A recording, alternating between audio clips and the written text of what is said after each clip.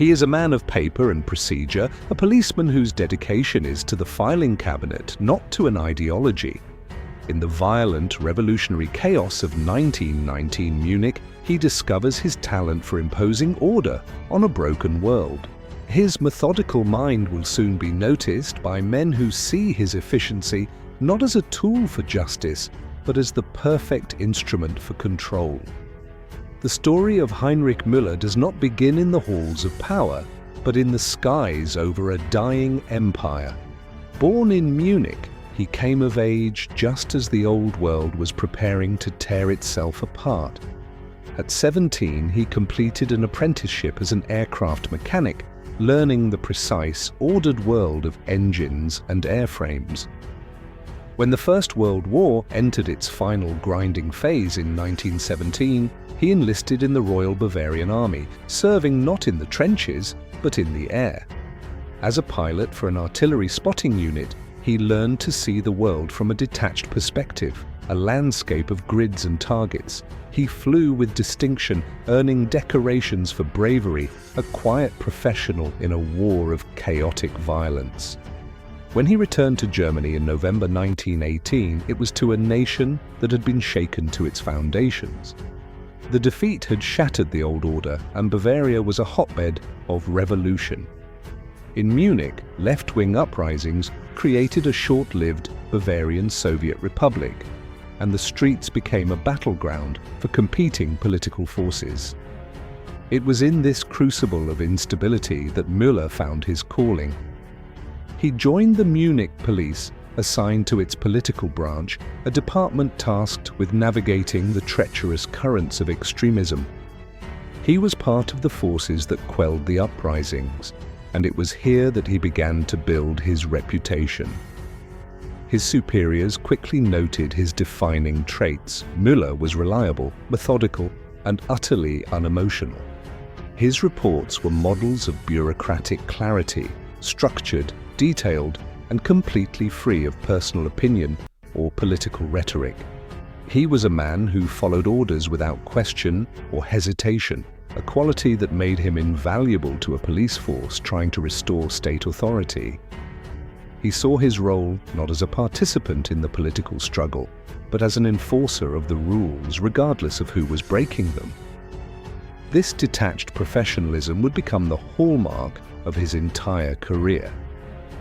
By the early 1920s, as a member of the Bavarian State Police, Müller's daily work involved the surveillance of the dozens of political groups that thrived in the city's beer halls and back rooms. His duties brought him into early contact with the nascent Nazi Party. He was on duty during the aftermath of the beer hall putsch in November 1923, when Adolf Hitler made his first audacious attempt to seize power. Müller's reports from this period are notable for what they lack. There is no trace of sympathy for the Nazi cause. While he was firmly anti-communist, a position forged in the street battles of 1919, he maintained a professional distance from all other political movements. To him, the Nazis were simply one more file in a cabinet full of potential threats to public order. Throughout the late Weimar years, Müller honed his craft. He became a specialist in the quiet, patient work of state security, surveillance, interrogation, and the meticulous analysis of intelligence. He was not a charismatic leader or a fiery ideologue. He was an administrator. His true genius lay in his understanding of information. He knew how to build a filing system, how to cross-reference documents, to reveal hidden connections, and how to maintain absolute control over the flow of sensitive data. In an era before computers, he was a human database, a man who could find the single crucial piece of paper in a mountain of reports. His superiors valued him not for his political convictions, but for his almost machine-like efficiency. The turning point in his life and in the history of Germany came in January 1933. When Adolf Hitler was appointed Chancellor, the machinery of the state began to transform. Hermann Göring, in his role as the head of the Prussian police, created a new political force designed to be the sword and shield of the party, the Geheime Staatspolizei, or Gestapo. The call went out for experienced professionals, men who understood the craft of political policing. Müller, with his impeccable record against communist groups in Munich, was a natural fit. He was recruited and moved to the new center of power in Berlin. In the chaotic early days of the Gestapo, Müller's quiet competence made him stand out. While others postured for political favor, he simply worked. His reports were as precise as ever. His management of the expanding intelligence files was flawless, and he quickly became the go-to man for organizing complex investigations. By the mid-1930s, his efficiency caught the eye of another rising star in the security world, Reinhard Heydrich.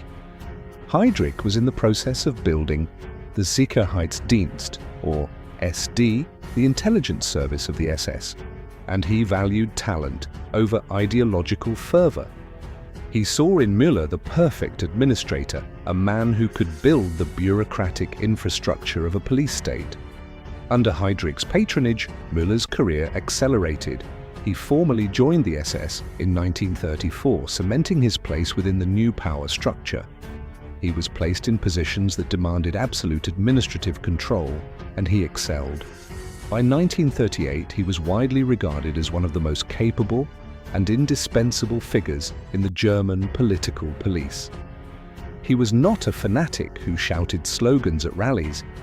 He was the quiet man in the back office who knew where every file was, who was connected to whom, and how the system of control truly functioned. The policeman from Munich had found his place at the heart of a web that was about to spread across a continent. By 1939, as the world teetered on the brink of another great war, Heinrich Müller ascended to a position of immense and terrifying power. He was appointed head of Amt IV, or Office für the division of the newly formed Reich Main Security Office, RSHA, responsible for the Gestapo. This was not just a promotion, it was a placement at the very heart of the Nazi security state. The RSHA, the brainchild of Reinhard Heydrich, was a sprawling bureaucratic monstrosity that combined all the instruments of state control, intelligence, criminal and political policing, and administrative oversight into a single, unified structure. From his desk at the RSHA headquarters on Prinz Albrechtstraße in Berlin, Müller was no longer just a policeman. He was the chief administrator of a continent-wide system of repression. His daily work was a testament to his almost inhuman capacity for administrative detail. Müller coordinated the activities of thousands of Gestapo officers, his authority flowing outward from Berlin to every regional office in Germany and soon to every occupied territory in Europe. His responsibilities were vast and varied. He reviewed intelligence reports from the field, directed investigations into suspected resistance networks, and managed the immense flow of information that was the lifeblood of the regime. He sat at the nexus of the German security world, a quiet, unassuming man in a neat suit who held the power of life and death in his filing cabinets. His command of information, his ability to recall a specific detail from a report filed years earlier, made him central to every major internal security operation. As the war expanded, so did Müller's domain. The Gestapo's reach extended into France, Poland, the Netherlands, and every other nation that fell under German control. His department was tasked with monitoring the occupied populations, identifying and neutralizing resistance groups, and coordinating with the myriad of local and military security agencies. He reviewed information from the Abwehr, military intelligence, the Sicherheitsdienst, the party's intelligence service, and foreign police forces, cross-referencing their reports to build a comprehensive picture of the threats facing the Reich. While others, like Adolf Eichmann, focused on specific ideological projects, Müller's purview was the total security of the state, a mission that made him deeply involved in the machinery of repression against anyone accused of treason, espionage, or dissent. His relationships within the labyrinthine power structure of the Third Reich were complex and often fraught with tension. He held a deep professional respect for his superior, Reinhard Heydrich, another man who valued cold, ruthless efficiency. But he frequently clashed with Heinrich Himmler, the Reichsführer SS. Himmler was a man who prized personal loyalty and ideological fanaticism above all else. He was reportedly unnerved by Müller's bureaucratic strictness and his apparent lack of ideological enthusiasm. Müller was not a true believer in the mystical aspects of Nazism. He was a pragmatist, a policeman who had adapted to the new masters of the state. This made some of the party's old guard distrust him, yet his irrefutable competence and his encyclopedic knowledge of the state's secrets made him indispensable. After Heydrich's assassination in Prague in June 1942, Müller's position became even more central.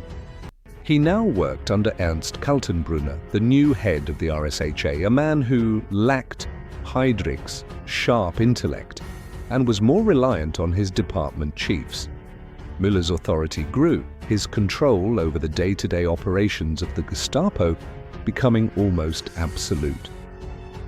He was the constant, the steady hand at the administrative tiller of the police state, while the political winds shifted around him.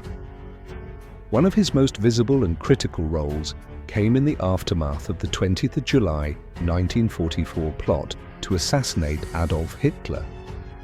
When the bomb planted by Klaus von Stauffenberg exploded at the Wolf's Lair, the regime was shaken to its core.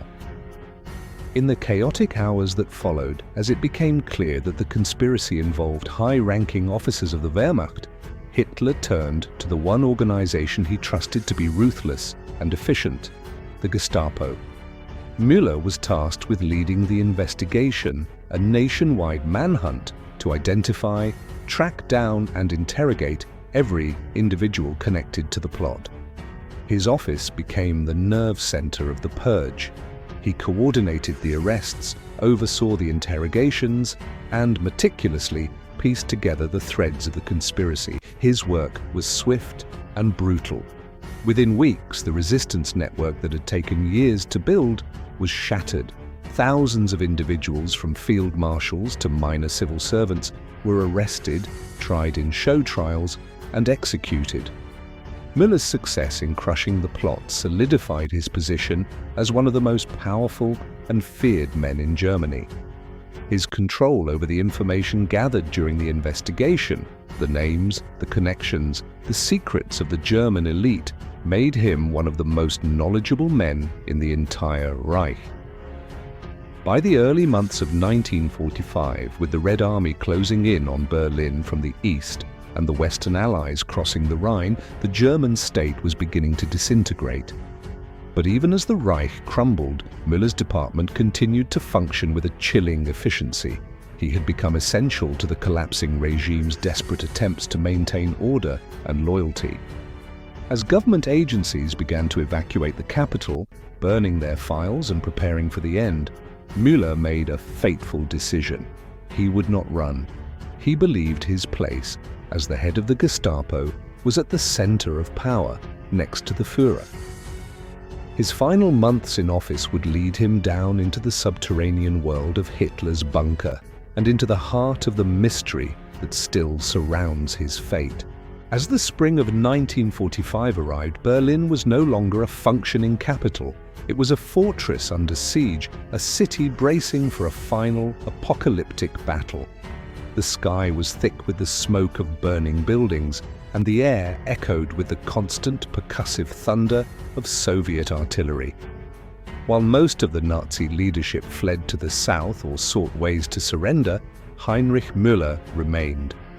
His decision to stay was not born of fanaticism, but of a cold, bureaucratic logic. As the head of the Gestapo, his entire existence was tied to the central nervous system of the state. To leave the center of power was to become irrelevant, and Müller was a man who thrived on information and control. In mid-April, as the Red Army encircled the city, he moved his base of operations into the Führerbunker complex, the concrete labyrinth beneath the Reich Chancellery. Life in the bunker was a surreal mixture of administrative routine and impending doom. While the world outside was collapsing, Müller continued his work with a detached professionalism that unnerved many of the other occupants. He set up a small office in one of the administrative rooms off the main corridor, his desk piled with folders and reports. His primary role was no longer to police a continent, but to ensure the internal security of the bunker itself. He monitored the loyalty of the remaining personnel, deeply concerned about desertions or a last-minute betrayal. He reviewed intercepted communications and the daily reports on the status of Berlin's defenses, providing Hitler and his inner circle with intelligence updates that grew grimmer by the hour. One of his last documented official acts was a stark illustration of his enduring authority in the dying regime. News reached the bunker that Heinrich Himmler, Müller's ultimate superior and the second most powerful man in Germany, had attempted to open secret peace negotiations with the Western Allies. Hitler flew into a rage, viewing it as the ultimate act of treason. He ordered the arrest of Himmler's SS liaison officer, Hermann Fegelein, who was still in the bunker complex. It was Müller who was tasked with conducting the interrogation. In a makeshift cellar near the bunker, he questioned Fegelein, extracting the details of Himmler's betrayal before the man was summarily executed. Even as the regime was literally crumbling above their heads, Müller was still policing the loyalty of the powerful. Several of the bunker's survivors later recalled Müller's calm, almost robotic demeanor during these final days. Hitler's secretary Traudl Junge noted that Müller had effectively taken over many of the duties of his own superior, Ernst Kaltenbrunner, who was largely absent. Both Junge and the bunker's telephone operator, Rochus Misch, remembered seeing Müller on April 30th, the day Hitler took his own life. They described a man who kept his uniform immaculate, who maintained a strict office routine, and who moved between meetings with folders under his arm as if it were just another day at the RSHA headquarters. His authority in these final hours came not from his rank, but from the immense and dangerous knowledge he controlled. The last reliable, corroborated sighting of Heinrich Müller occurred on the afternoon of May 1st in 1945, the day after Hitler's death. Multiple witnesses placed him still inside the bunker complex. After this point, the historical record dissolves into a fog of confusion and contradiction. The chaos of the final breakout from the bunker, which began that night, shattered the disciplined group of survivors into scattered, desperate individuals. Some accounts suggest that Müller joined one of the breakout groups attempting to push through the Soviet lines. Others claim he stated his intention to stay behind, declaring, "The regime has fallen and I fall with it." A few witnesses offered vague statements about seeing him near the Reich Chancellery gardens, but these accounts are inconsistent and unverified. What is certain is that after May 1st, Heinrich Müller, the man who knew more secrets than almost anyone else in the Third Reich, simply vanished from the face of the earth. In a place where dozens of other senior officials were either killed, captured, or later accounted for, he alone left no trace. When the war in Europe officially ended a week later, Allied intelligence agencies immediately began compiling their lists of the most wanted Nazi officials. Müller's name was near the top. They expected to find him among the thousands of prisoners being rounded up in Berlin. But he was not in the detention centers. His name was not on any of the lists of the dead. And the Soviets, who had captured the bunker complex, claimed to have no knowledge of his whereabouts. The search began almost immediately. The US Counterintelligence Corps, CIC, and the Soviet NKVD, future Cold War adversaries, launched parallel and often competing investigations. The rubble of Berlin was a detective's nightmare. The The city was filled with the unidentified dead, and the name Heinrich Müller was as common in Germany as John Smith is in America. To complicate matters, there was even another SS general with the same name. Early leads were contradictory. Some captured German soldiers claimed to have seen Müller's body in the days following the surrender. Others insisted that he had been picked up by a Soviet patrol. American investigators searched morgues, hospitals, and POW camps across the Allied zones, but every lead went cold. They interrogated Müller's family and his wartime mistress, Anna Schmidt, but they had no information. As the months turned into years, the official assumption began to harden. Müller must have died in the final chaotic battle for Berlin. It was the simplest and most logical explanation. But for a man of Müller's importance, the lack of a body, a witness, or a definitive piece of evidence was deeply unsettling. The Soviets, for their part, remained silent. They consistently denied having Müller in their custody, but Western intelligence agencies were deeply suspicious. A man with Müller's intimate knowledge of anti-communist operations would have been an intelligence prize of incalculable value to Moscow. The idea that the NKVD would simply let such a man go or not know what happened to him seemed absurd. The silence from the East only deepened the mystery, creating a vacuum that would soon be filled with rumors, theories, and the whispers of a ghost who refused to be buried.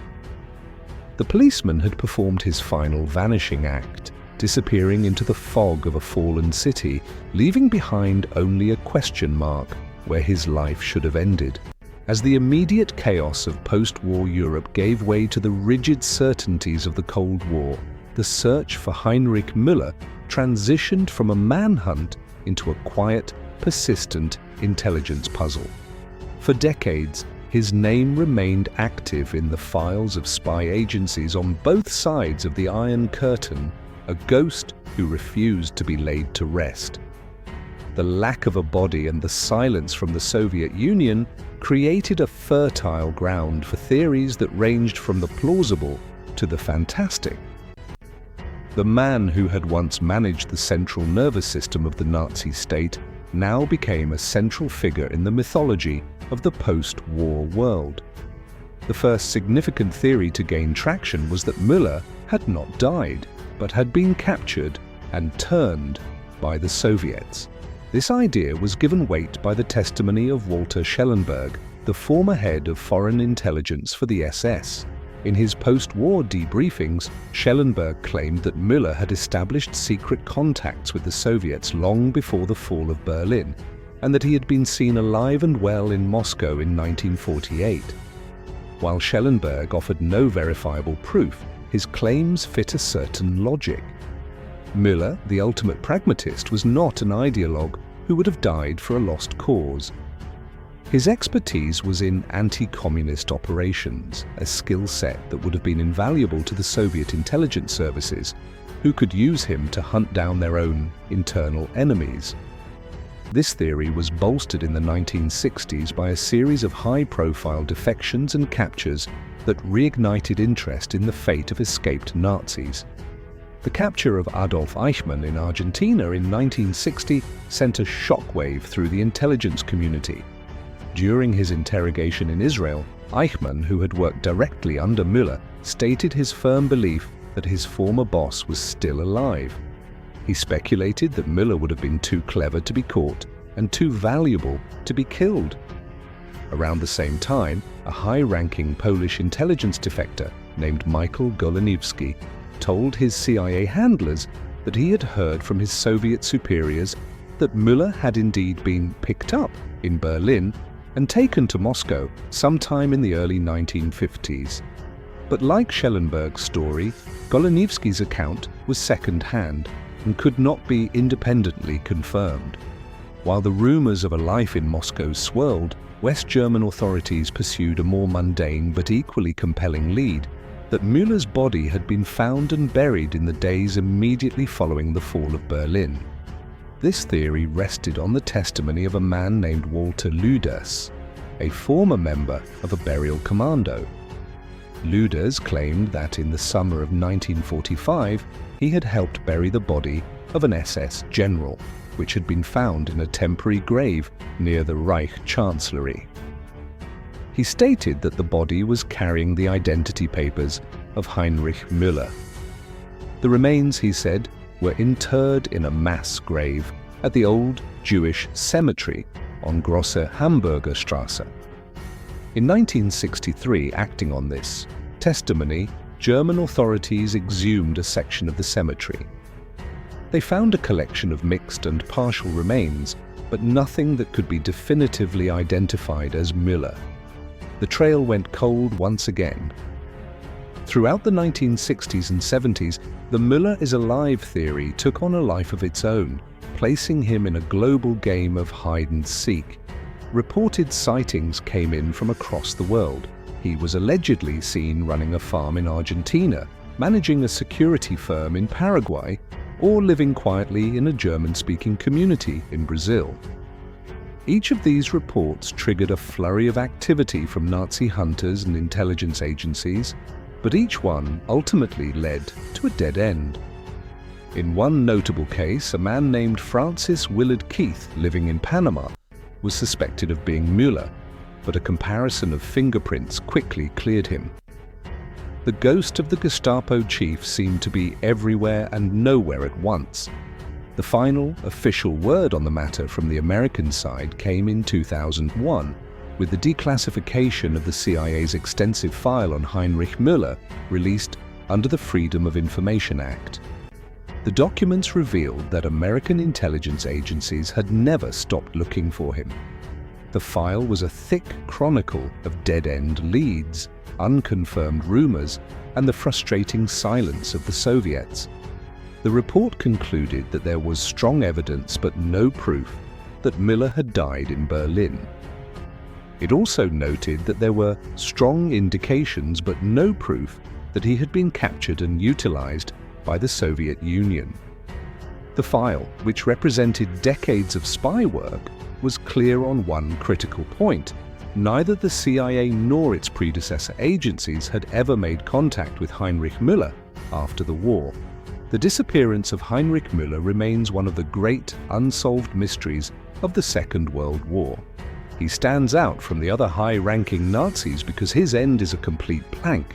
Hitler, Goebbels and Himmler all died by their own hands. Göring was captured and tried. Bormann's remains were eventually found and identified, but Müller, the man who arguably knew more operational secrets than any of them, simply stepped off the stage of history and into a fog of ambiguity. His fate continues to challenge historians and intelligence experts because both of the leading theories are plausible, yet neither is provable. The quiet bureaucrat, the man who spent his life creating files on others, ultimately left behind a file on himself that has no final page. He was a master of information, and in the end, he achieved the ultimate act of information control. He erased his own ending.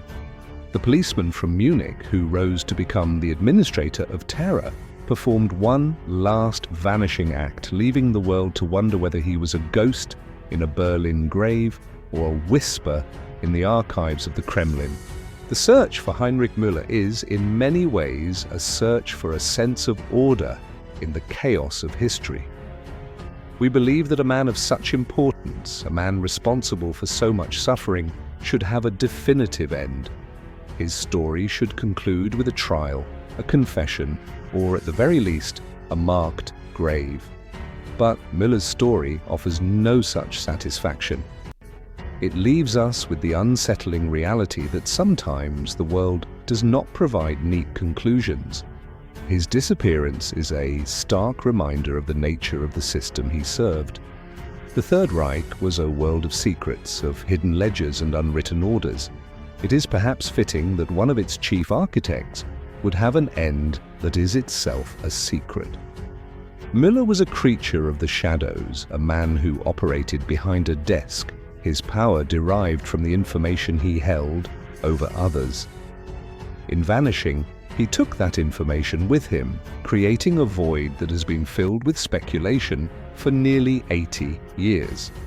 We look back on this story not just as a historical cold case, but as a cautionary tale about the nature of power and the fragility of historical records. It reminds us that even in our modern world of surveillance and data, the complete truth can sometimes be elusive. The story of the quiet policeman from Munich who became the ghost of the Gestapo is a testament to the fact that some questions, no matter how diligently we ask them, may never be answered. Thank you for joining us on this journey into one of history's most enduring mysteries. If this story provided you with a new perspective, we would be honored to have you with us again. Until next time, stay curious and take good care.